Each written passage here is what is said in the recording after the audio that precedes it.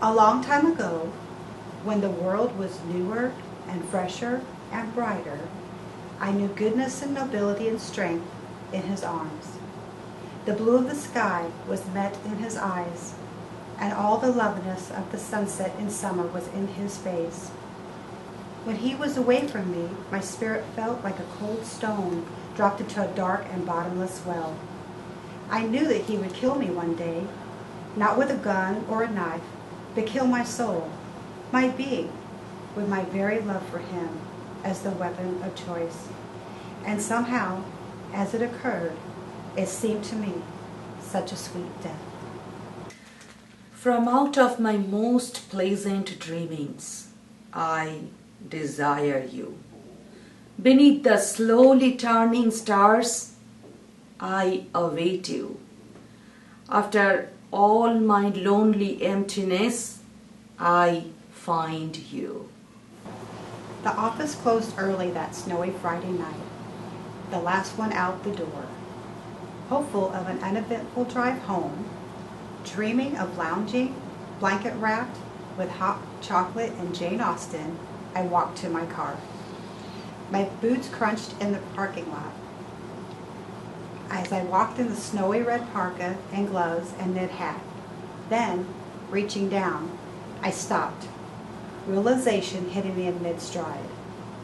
My purse and keys were still by the copy machine. I turned back, facing into the weeks, blowing snow, hoping that I had not locked the door. But the snow was heavy and falling fast. I misjudged the way back and booted foot, expecting to find the parking lot, found nothing. I had stepped off the lot. Down I went, faster and faster. Breathless, falling, tumbling. Away from the pale green light of the parking lot into the snowy darkness. I struck the solid earth at the bottom of the hill with shattering force, stunned and disoriented, but alive, I thought. Then I discovered that my legs were useless, and the impact had also stolen my voice. I useless slept, no one to hear it. My mind was clear enough for the moment to predict with certainty the outcome of that misstep, not to be found until Monday, if then. Snow-covered and pale and pulseless whenever found.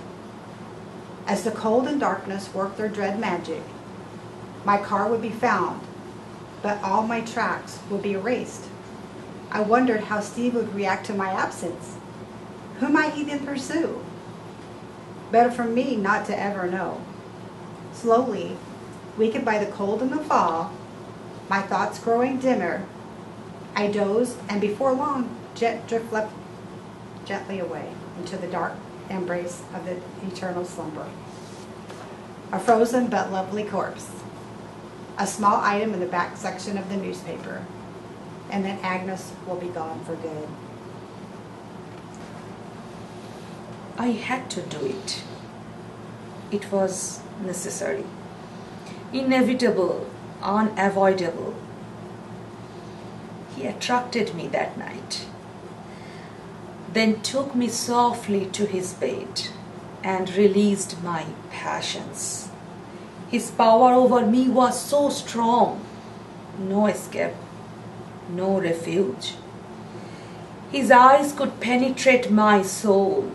I knew then, as I know now, only death could free me, only death. And so the starless night he perished slowly, my hands upon his throat, a soft gasp, a final embrace, and I am free. Where are you now? I often wonder. What thoughts are yours? What dreams? And whose love are you now? And do you ever remember us? I live. I breathe. I feel. I love. I think and hope. And fear and want. But someday I know the darkness will come for me, all too soon, all too suddenly. And then, like all the others, I will feel myself devoured, sucked whole into its vast maw, silently or with a fearful scream, I do not know. And I will cease, will be no more.